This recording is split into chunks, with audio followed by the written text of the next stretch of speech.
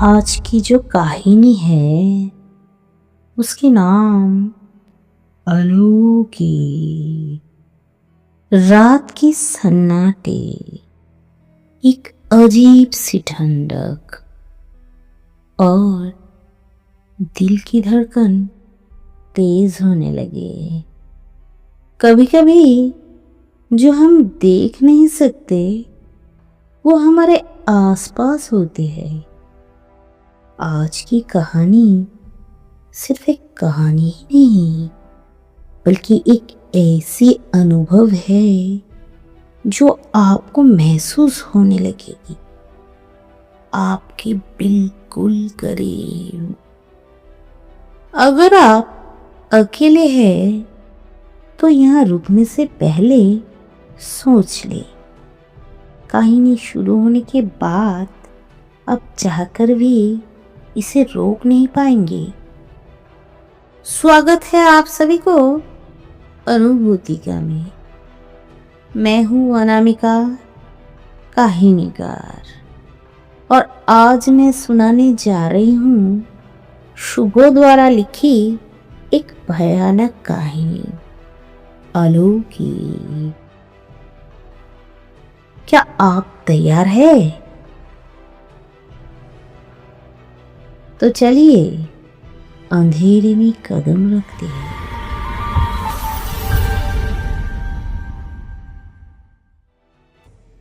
रात के करीब 2:30 बजे थे। ऋषि का फोन जोर से बजने लगे। उसकी नींद खुल गई। अनखुली आंखों से उसने फोन उठाई। Unknown number. पहले तो उसने इग्नोर कर दिए थे, लेकिन 10 मिनट बाद फिर वही कॉल। उसने सोचा कि कोई जरूरी कॉल हो सकती है। उसने फोन उठाई। हेलो। कोई जवाब नहीं, सिर्फ हल्की सी आवाज सुनाई दी। कौन हो?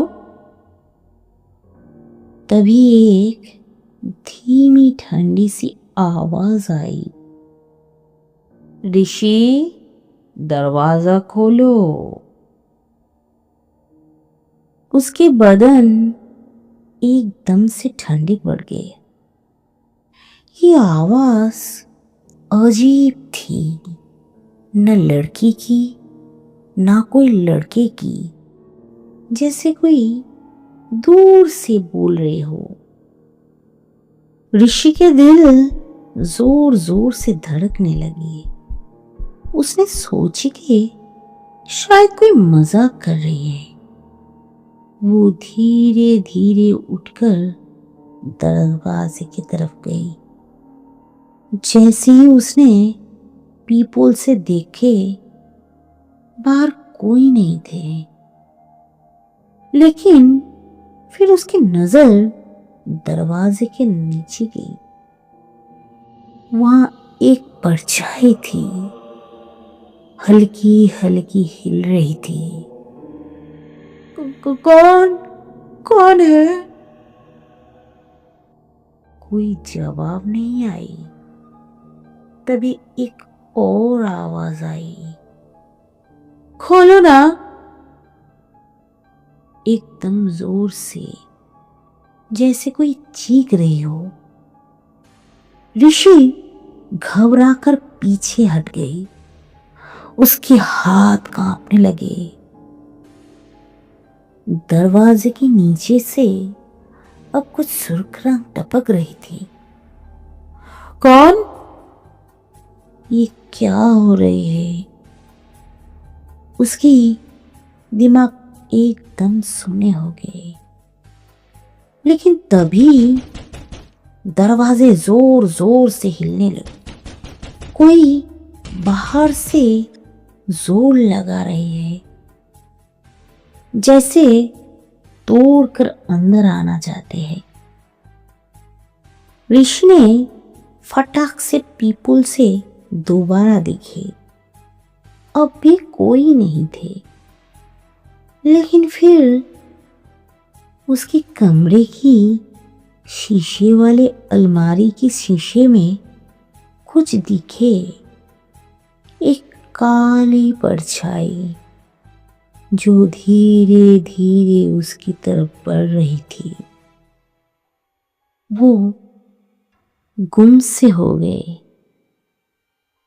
मैं अकेले तो था नहीं।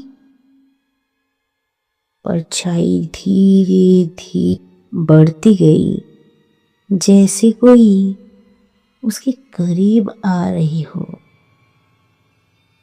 फिर परछाई गायब हो गई, लेकिन उसकी कान के बिल्कुल पास एक ठंडी आवाज आई, मैं यहां हूं।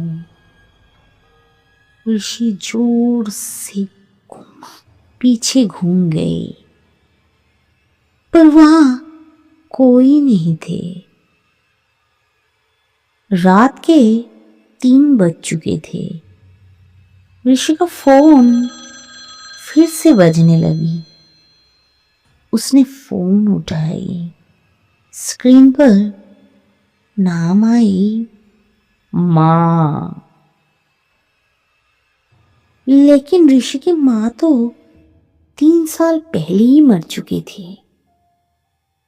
उसके हाथ ठंडे पड़ गए। फिर भी हिम्मत करके उसने फोन उठाई।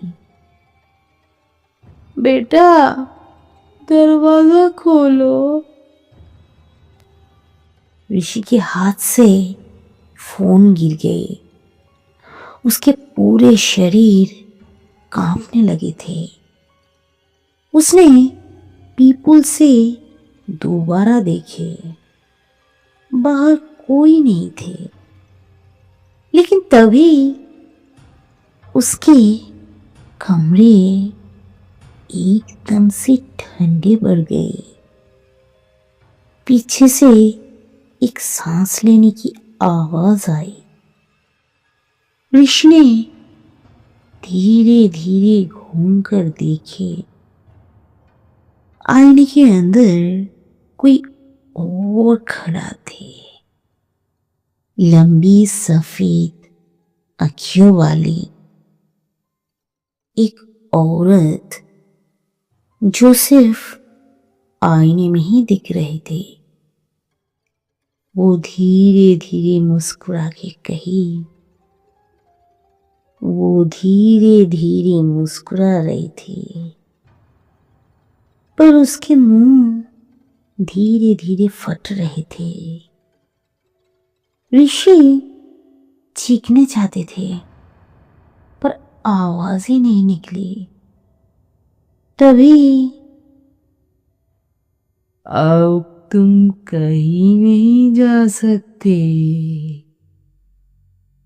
और लाइट्स एकदम बंद हो गई।